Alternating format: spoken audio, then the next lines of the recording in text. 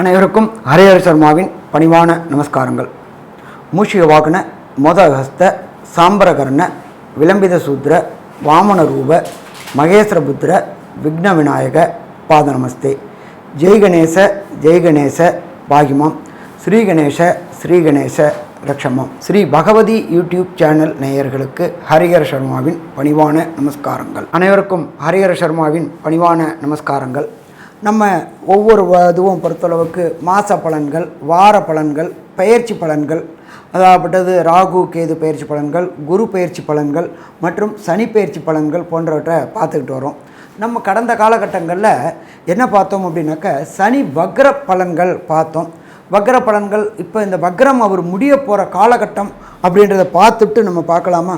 நிகழும் மங்களகரமான குரோதி வருஷம் ஐப்பசி மாதம் 19ஆம் தேதி, அதுக்கு சரியான ஆங்கில தேதி அப்படின்றது 4ஆம் தேதி நவம்பர் மாதம் 2024 திங்கட்கிழமை அன்னைக்கு சனி பகவான் வக்ரத்திலேருந்து பலம் இழந்ததுலேருந்து பலம் பெறாரு. அவர் பலம் பெறது எதில் பெறாரு அப்படின்னாட்டாக்க அவருடைய வீடான கும்ப வீட்டிலேயே வக்ரகதி நிவர்த்தி அடைகிறாரு. இந்த வக்ரகதி நிவர்த்தி அடைகிறது அப்படின்றத பொறுத்தளவுக்கு பலம் பெறுறது. சனி பகவான் ஆயுள்காரகனான சனி பகவான் பலம் இழந்தார். அப்போ அந்த பலம் இழந்ததை முடிச்சுட்டு பலம் பெறக்கூடிய காலகட்டங்கள் அப்படின்றத ஃபஸ்ட்டு பார்ப்போம். எப்பொழுதுமே ஆயுள்காரகனான சனி பகவான் தன்னுடைய ஆட்சி வீட்டில் பலம் பெற்றால் கண்டிப்பாக அவர் நல்லதை செய்வாரா? கண்டிப்பாக அவர் நல்லதை செய்வார். அப்போ இதை பொறுத்தளவுக்கு இந்த 4/11/2024 அன்னைக்கு கோல்சாரத்தில் என்னென்ன கிரகங்கள் எந்தெந்த இடத்துல இருக்காங்க அப்படின்றத ஃபஸ்ட்டு பார்ப்போம். அதுக்கப்புறம் ஒவ்வொரு ராசிக்கு என்னென்ன பலன்கள் தர்றாரு பார்ப்போம். இந்த 4/11/2024 திங்கட்கிழமை குரு பகவான் ரிஷபத்தில் இருக்கார். அடுத்தது 4ஆம் வீடான கர்க்கடகத்தில் செவ்வாய் நீச்ச நிலையில் இருக்கார். அடுத்தது 6ஆம் இடமான கன்னியில் கேது பகவான் இருக்கார். அதுக்கு அடுத்தது அந்த காலகட்டங்களில் சூரிய பகவானானவர் துலாத்தில் இருக்கிறார். அதுக்கு அடுத்தது சுக்கிரனும் புதனும் விருச்சிக வீட்டில் இருக்கிறாங்க. இதை தவிர 11ஆம் இடமான கும்பத்தில் ஆட்சி பெற்ற சனி பகவான் இருக்கார். காலபுருஷ தத்துவத்தின்படி 12ஆம் இடமான மீனத்தில் ராகு இருக்கார். ராகு கோதண்ட ராகுவாக இருக்கார். அப்போ இதை மாதிரி நிலை உள்ள காலகட்டங்களில் சனி பகவான் வக்ர நிவர்த்தி அடைகிறார். சனி பகவான் வக்ர நிவர்த்தி அடைகிறது அப்படின்றது பலம் பெறுறது. இப்போ பொறுத்த அளவுக்கு எப்பொழுதுமே சனிப்பெயர்ச்சி அப்படின்றது சற்றேறக்குறைய 2.5 வருஷம் வரும். இந்த ட்ரிப்பு மட்டும் சனிப்பெயர்ச்சி சற்றேறக்குறைய 3 வருஷம் வருது. ஏன் 3 வருஷம்னாக்க வக்ரகதி 2 ட்ரிப் அடைகிறாரு, அதுக்கப்புறம் வக்ர நிவர்த்தி அடைகிறாரு. ஸோ இப்போ இந்த பொறுத்தளவுக்கு நம்ம பேசுகிறது எல்லாமே வாக்கிய பஞ்சாங்க கணிதப்படி பேசிகிட்டு இருக்கிறோம். அப்போ வாக்கியப்படி கிட்டத்தட்ட உங்களுக்கு 3 வருஷம் இருக்கார். அப்போ 3 வருஷத்தை 9 பாதத்தால் இது பண்ணோம்னாக்க சற்றேறக்குறைய 4 மாதம் ஒவ்வொரு நட்சத்திர பாதத்துக்கும் சனி பகவான் இருப்பார். அப்போ இந்த பலன்களை பொறுத்தளவுக்கு நம்ம எல்லாருமே என்ன சொல்லுவோம் அப்படின்னாக்க அஷ்டமத்து சனி, அர்த்தாஷ்டம சனி, 7.5 சனி இதெல்லாம் வரும்பொழுது என்னென்ன பலன்களை தருவார் அப்படின்னு பார்க்கும்பொழுது நம்ம அக்யூரேட்டாக பார்க்கணும் அப்படின்னு சொன்னாக்க 9 நட்சத்திர பாதத்தினால அந்த 3 வருஷத்தை வளர்த்தோம்னாக்க ஒரு நட்சத்திர பாதத்துக்கு சற்றேறக்குறைய 121 நாள். அப்போ நம்ம என்ன நினைப்போம் அப்படின்னாக்க மேஷராசி அஸ்வினி நட்சத்திரம் 1ஆம் பாதத்தில் பிறந்தோம்னா அவர் நமக்கு எத்தனை நாள் பலன் தருவார் அப்படின்றது தான் பார்க்கணும். அப்படி பார்க்கும்போது தான் கணக்கு கரெக்டாக வருமா? கணக்கு கரெக்டாக வரும். அப்போ இந்த 9 நட்சத்திர பாதத்துக்கு இவர் சனி பகவான் கடக்கக்கூடியது சற்றேறக்குறைய 120 நாள், 121 நாள் கடக்கிறாரு. அப்போ இந்த இதை பொறுத்தளவுக்கு அவிட்ட நட்சத்திரம் 3, அவிட்ட நட்சத்திரம் 4, சதய நட்சத்திரம் 1, சதய நட்சத்திரம் 2, சதய நட்சத்திரம் 3, சதய நட்சத்திரம் 4. அப்போ 4 2 6. அதுக்கு அடுத்தது பூரட்டாதி 1, பூரட்டாதி 2, பூரட்டாதி 3 நட்சத்திரங்கள். அப்போ 9 பாதங்கள் இருக்கார். இப்போ இவர் இந்த சனி வக்ரகதியில் போகும்பொழுது சதய நட்சத்திரம் 3லேருந்து சதய நட்சத்திரம் 2, சதய நட்சத்திரம் 2லேருந்து சதய நட்சத்திரம் 1 வந்துட்டு திருப்பி அவர் சதய நட்சத்திரம் 3ஆம் பாதத்துக்கு அவர் போகிறார். அப்போ அந்த சதய நட்சத்திரம் 3ஆம் பாதத்துக்கு போகிறது அப்படின்றது முக்கியமான கட்டங்கள். அப்போ சனி அந்த இடத்துல பலம் பெறக்கூடிய காலகட்டங்களாக இருக்குது. அப்போ சனி பகவானை பொறுத்தளவுக்கு பலம் பெறும் பொழுது ஒவ்வொரு முறையும் அவர் நல்ல பலன்களை தருவாரா? நல்ல பலன்களை தருவார். நம்மளோட ஜோதிட சாஸ்திரத்தில் பொறுத்தளவுக்கு ஒரு மனுஷனுக்கு சராசரியாக 3 ரவுண்டு 7.5 சனி வரும் அப்படிம்பாங்க. மொத்தம் 4 ரவுண்டு. ஃபஸ்ட் ரவுண்டு மங்கு சனி, ரெண்டாவது ரவுண்டு பொங்கு சனி, மூணாவது ரவுண்டு கண்டச்சனி, நாலாவது ரவுண்டு மரணச்சனி. அப்போ பார்த்தோம் அப்படின்னாக்க விம்சோத்திரி திசையின் கணக்குப்படி 120 ஆண்டுகள் ஒரு நபருக்கு அந்த காலகட்டங்களில். இன்றைய காலகட்டங்களில் விஞ்ஞான முறையில் 68 வயசு அப்படின்றது இந்திய அறிவியல் சாஸ்திரம் சொல்கிறது, இந்திய ஜோதிட சாஸ்திரம் சொல்கிறது. அப்போ ஒரு மனுஷன் சராசரி தன்னுடைய வாழ்க்கையில் 3 முறை இந்த அஷ்டமத்து சனி, அர்த்தாஷ்டம சனி, ஏழரை சனி பயிற்சிகளை பார்க்கக்கூடிய வாய்ப்புகள் உண்டு. அடுத்தது நமக்கு இந்த சனி பயிற்சியில் உள்ள அஷ்டமத்து சனி, அர்த்தாஷ்டம சனி, ஏழரை சனி என்னன்றது ஒரு விளக்கம் கொடுத்துட்டு அவர் பலம் எப்படி பெறாருன்னு சொல்லலாம். அஷ்டமம் அப்படின்னாக்க நீங்கள் பிறந்த ராசியிலேருந்து 8ஆம் இடத்துக்கு வர்றது அஷ்டமத்து சனி. இந்த அஷ்டமத்து சனி அப்படின்றது 2.5 வருஷம். ஒரு ராசியிலேருந்து ஒரு ராசிக்கு சனி பகவான் கிடக்க சற்றேறக்குறைய 2.5 வருஷம். அப்போ இந்த 2.5 வருஷமும் அந்த 9 நட்சத்திர பாரகாரங்கள் என்னென்ன நற்பலன்களை என்னென்ன கெடுபலன்களை தருவாங்க அப்படின்றத பொறுத்தளவுக்கு அப்போ அந்த 2.5 வருஷம் 2.5 வருஷம்னா 12 12 24 24 6 30 மாதம். 30 மாதத்தை 9ஆல் டிவைட் பண்ணோம் அப்படின்னாக்க கிட்டத்தட்ட ஒரு 100 நாளைக்கு வரும் அப்ராக்ஸா. அப்போ அந்த 100 நாள் தான் உங்களுக்கு இந்த அஷ்டமத்து சனியில் கெடுபலன்கள் அதிகமாக இருக்கும், மற்ற நேரத்தில் எல்லாமே குறைவாக இருக்கும். அப்போ 30 மாதம்னாக்க உங்களுக்கு பார்த்தீங்கன்னா 900 900 நாள், 900 நாளில் டிவைட் பண்ணோம்னா 100 நாள். அப்போ ஒவ்வொரு நட்சத்திர பாதத்துக்கும் அந்த 100 நாள் பலமாக இருக்கும். நீங்கள் உதாரணமாக வச்சுங்களேன், மேஷ ராசியில் அஸ்வினி நட்சத்திரத்தில் பிறந்துட்டீங்கன்னு வச்சுங்களேன், உங்களுக்கு அந்த ஃபஸ்ட்டு 100 நாள் வருது பார்த்தீங்களா, அந்த 100 நாள் தான் உங்களுக்கு கொஞ்சம் கெடுபலன்கள் அஷ்டமத்து சனியில் கெடுபலன்களை தரும். சரி சாமி, அப்போ பாக்கியெல்லாம் பலன் தராதா, பாக்கி நாளெல்லாம் பலன் தராதா? அப்போ கொடுக்கக்கூடிய அளவின் தன்மையை குறைப்பார். அதே போல் அஷ்டமத்து சனியில் கெடுக்கக்கூடிய அளவின் தன்மையை மற்ற நாட்களில் குறைப்பார். 900 நாள் அப்படின்ற டயத்தில் பார்த்தா 2.5 வருஷம், 2.5 வருஷம்னா 30 மாதம். அப்போ அந்த 30 மாதத்தில் உங்களுக்கு 100 நாள் பலன் தருவார். அதே போல் அர்த்த ஆசிரம சனி, அர்த்தாசிரமம் அப்படின்னா அஷ்டமத்தில் பாதி 4 அர்த்தாசிரமம். அர்த்தாசிரமம் அப்படின்றது சற்றேறக்குறைய 2.5 வருஷம். அதே போல் தான் அவர் உங்களோட நட்சத்திரத்துக்கு சற்றேறக்குறைய 100 நாள் பலன் தருவார். அப்போ இதை படிச்சுக்கிட்டு நம்ம ஒன்று கொண்டு வரும்பொழுது கரெக்டாக வருமா? கரெக்டாக வரும். என்னென்னு கேட்டிங்கன்னா, ஒரு சில பொறுத்தளவுக்கு சாதா வருஷம் லீப் வருஷம் 365 ப்ளஸ் 180, அப்போ 770 750 850 கிட்டத்தட்ட சற்றேறக்குறைய 900 நாள். அப்போ ஒவ்வொருத்தரும் 100 நாள் பலன். அடுத்தது ஏழரை சனி அப்படின்னு இருக்குது. ஏழரை சனி அப்படின்ற பொறுத்தளவுக்கு ஒரு மனிதனுடைய வாழ்வில் 3 முறை வரக்கூடிய வாய்ப்புகள் உண்டு. 4ஆவது முறை வரும்போது மரணச்சனி, அது 120 வருஷம் ஆகும். அதனால் அந்த பெரிய அளவுக்கு பலன் தராது. இப்போ இந்த ஏழரை சனியில் பொறுத்தளவுக்கு ஜென்மச்சனி, பாதச்சனி, விரயச்சனி அப்படின்னு இருக்கு.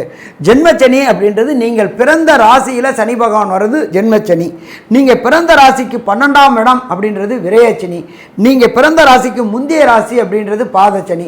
அப்போ இந்த 7.5 வருஷமும் என்னென்ன நற்பலன்களை தருவார், என்னென்ன கெடுபலன்களை தருவார் அப்படின்றது தான் நம்ம பார்க்கக்கூடியது. அப்போ இந்த 7.5 சனியை பற்றி நம்ம தெரிஞ்சுக்கிட்டோம். சனியை போல் கொடுப்பவரும் இல்லை, சனியை போல் கெடுப்பவரும் இல்லை சொல்லுவாங்க. சனி கொடுப்பதை யாராலும் தடுக்க முடியாது. சனி பகவானை கண்ட்ரோல் பண்ணுறது 2 பேர் தான். ஒன்று எம்பெருமான் ஆஞ்சநேயர், இன்னொன்று எம்பெருமான் விநாயகர். இவங்க 2 பேர் தான் சனி பகவானை கண்ட்ரோல் பண்ண முடியும். என்னன்னு கேட்டிங்கன்னா, ஆனானப்பட்ட நலச்சக்கரவர்த்தியையே 7.5 வினாழிகை ஜலத்தில் வச்சு பார்த்தவர் இந்த எம்பெருமான் சனி பெருமான். அதே போல் சனி கொடுக்க ஆரம்பிச்சிட்டாரு அப்படின்னா யாரும் தடுக்க முடியாது. அதே போல் சனி கெடுக்க ஆரம்பிச்சிட்டாருனாலும் யாராலையும் தடுக்க முடியாது. அப்படியேற்பட்ட சனி பகவான் கிட்டத்தட்ட ஒரு 120 நாளைக்கு மேலே வக்ரம் அடைஞ்சு பலம் இழந்து போயிட்டார். வக்ரம் இழந்து பலம் இழந்துட்டு அவர் பலம் பெறக்கூடிய நாள் அப்படின்றது வருகின்ற 4/11/2024 அவர் கும்பராசியில் ஆட்சி பெற்ற சனியாக சதயம் 3ஆம் நட்சத்திரத்தில் இருக்கார்.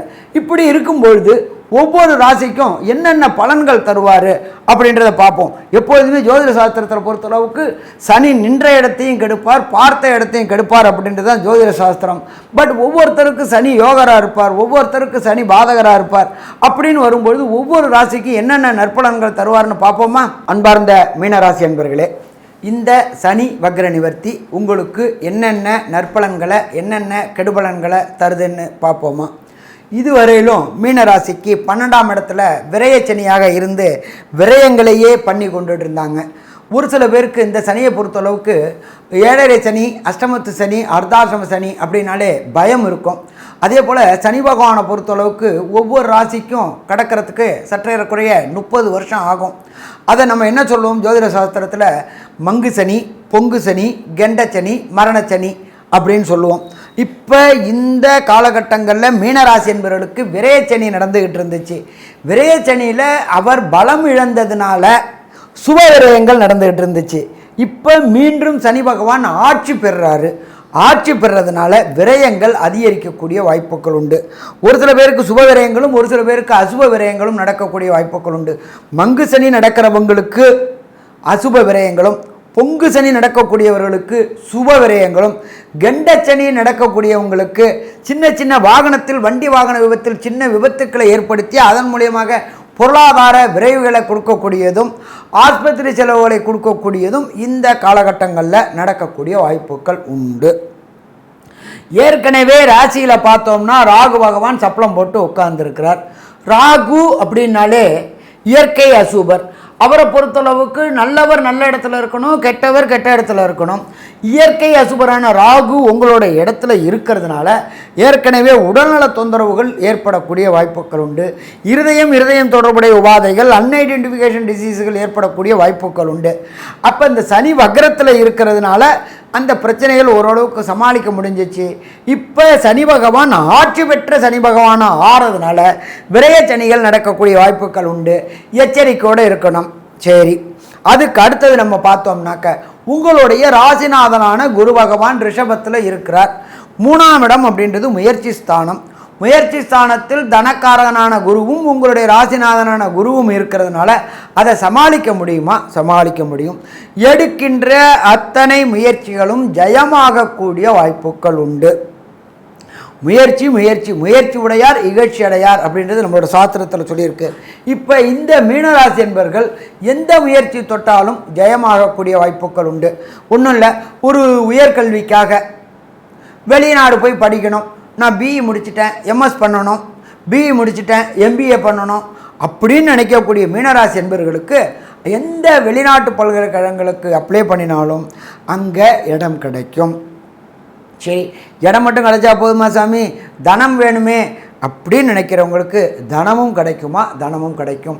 ஏன்னா ராசிநாதனான குரு பகவான் தான் தனக்காரகர். அப்போ கேட்டால் கேட்ட இடத்துல பணம் கிடைக்கும், கேட்டால் கேட்ட இடத்துல லோன் கிடைக்கும். அப்போ பணத்துக்கு தட்டுப்பாடு இருக்காது. சரி, அதுக்கு அடுத்தது பார்த்தோம்னாக்க 7ஆம் இடத்துல கேது பகவான் இருக்கார். அப்போ கணவன் மனைவிக்குள்ளார சின்ன சின்ன கருத்து வேறுபாடுகள் ஏற்படக்கூடிய வாய்ப்புகள் உண்டு. அதனால் வாக்குவாதத்தை தவிர்ப்பது நல்லது. ஆமான்னு போயிட்டோம்னா எந்த பிரச்சனையுமே எந்த காலகட்டங்களையுமே கிடையாது. இல்லைன்னு சொன்னாதான் பிரச்சனை, ஆர்கியூமெண்ட் பண்ணாதான் பிரச்சனை. அப்போ கணவர் மனைவிக்குள்ளார பிரச்சனைகள் வரக்கூடிய வாய்ப்புகள் உண்டு. விட்டு கொடுக்குறவங்க கெட்டு போக மாட்டாங்க, கெட்டு போகணும்னு நினைக்கிறவங்க விட்டு கொடுக்க மாட்டாங்க. என்ன ஒன்று, ராசிநாதனான குரு பகவான் ராசிக்கு 3ஆம் இடத்துல இருந்துக்கிட்டு அவருடைய விசேஷ பார்வையான 5ஆம் இடத்துல பார்க்கறதுனால பெரிய அளவுக்கு பிரச்சனை போகாமல் அமிக்கபுளாக போயிடும். ஒரு சில இடத்துல வாக்குவாதத்திலேயே பிரச்சனைகள் வந்து அவங்க என்ன பண்ணிடுவாங்க, குடும்பம் பிரிவு கூடக்கூடிய வாய்ப்புகள்லாம் உண்டாகும். ஆனால் அந்த பிரியக்கூடிய வாய்ப்புகளும் இனி கிடையாது. அடுத்தது, நீண்ட நாட்களாக திருமணமாகி மீனராசி சேர்ந்த அன்பர்களுக்கு வம்சம் விருத்தி என்கின்ற சந்தான பாக்கியம் கிடைக்கக்கூடிய வாய்ப்புகள் இந்த சனி வக்ர நிவர்த்தியின் மூலியமாக கிடைக்குமா? கண்டிப்பாக கிடைக்கும். நீண்ட நாட்களாக திருமணம் தடையும் தாமதமும் ஏற்பட்டுக்கிட்டு இருந்த அன்பர்களுக்கு திருமணம் தடையும் தாமதமும் விலகி வீட்டில் கெட்டி மேளம் கொட்டக்கூடிய வாய்ப்புகள் உண்டாகுமா? கண்டிப்பாக உண்டாகும். உங்களுடைய ராசிநாதனோட விசேஷ பார்வையான 7ஆம் பார்வை உங்களுடைய ராசிக்கு 9ஆம் இடத்தை பார்க்கறதுனால உயர்கல்வினா என்ன அப்படின்னாக்கா லோயர் எஜுகேஷன் அப்படின்றது +2 வரணும். அதுக்கு மேலே ஐஐடி, ஜேஇஇ, நீட்டு, ஐபிஎஸ்ஸு, ஐஎஃப்எஸ்ஸு, பிஹெச்டி போன்ற படிப்பு படிக்கணும்னு நினைக்கக்கூடிய மீனராசி என்பவர்களுக்கு வெற்றி வெற்றி வெற்றி கிடைக்கக்கூடிய காலகட்டம் இது. சரி, என்ன விதமான வெற்றி கிடைக்கக்கூடியது அப்படின்னா எதிர்பார்த்ததை விட அதிகமான மார்க் கிடைக்கும். சரி, மார்க் மட்டும் கிடைச்சா போதுமா அப்படின்னாக்க விரும்பிய பல்கலைக்கழகம் கிடைக்கக்கூடிய வாய்ப்புகள் உண்டு. சரி, நான் விரும்புகிற பல்கலைக்கழகம் வெளிநாட்டில் இருக்குது சாமி, அதில் நான் போய் சேர முடியுமா? அதற்குண்டான பணம் கிடைக்குமா? கண்டிப்பாக பணம் கிடைக்கும். நம்ம 9ஆம் இடத்தை தகப்பன் ஸ்தானம்னு வேற சொல்கிறோம். அப்போ படிப்புக்காக தகப்பனுக்கு பிரகஸ்பதியான குரு பகவான் உதவி கிடைக்குமா? உதவி கிடைக்கும். அப்போ வெளியூர், வெளிமாநிலம், வெளிநாடில் போயிட்டு உயர்கல்வி படிக்கிறவங்களுக்கு விரும்பிய மார்க் கிடைச்சி விரும்பிய பல்கலைக்கழகம், பெயரும் புகழும் பெற்ற பல்கலைக்கழகத்தில் இடம் கிடைக்கக்கூடிய வாய்ப்புகள் உண்டு. இதை தவிர பார்த்தோம் அப்படின்னாக்க இந்த குருவோடைய பார்வை அப்படின்றது விசேஷமான பார்வை அப்படின்றது உங்களுடைய ராசிக்கு 11ஆம் இடமான மகரத்தில் விழுகிறது. இத்தனை நாள் அடிமை வேலை பார்த்துக்கிட்டு இருந்துட்டு இருந்தீங்க, அடுத்தவன்கிட்ட கை கட்டிட்டு சேவை செஞ்சுட்டு இருந்தீங்க, அடுத்தவங்கள்ட்ட சம்பளம் எதிர்பார்த்து வேலை செஞ்சுக்கிட்டு இருந்தீங்க. அது எல்லாமே உங்களுக்கு மன புழக்கத்தையும் இதையும் கொடுத்துச்சே தவிர மன சந்தோஷத்தை கொடுக்கல.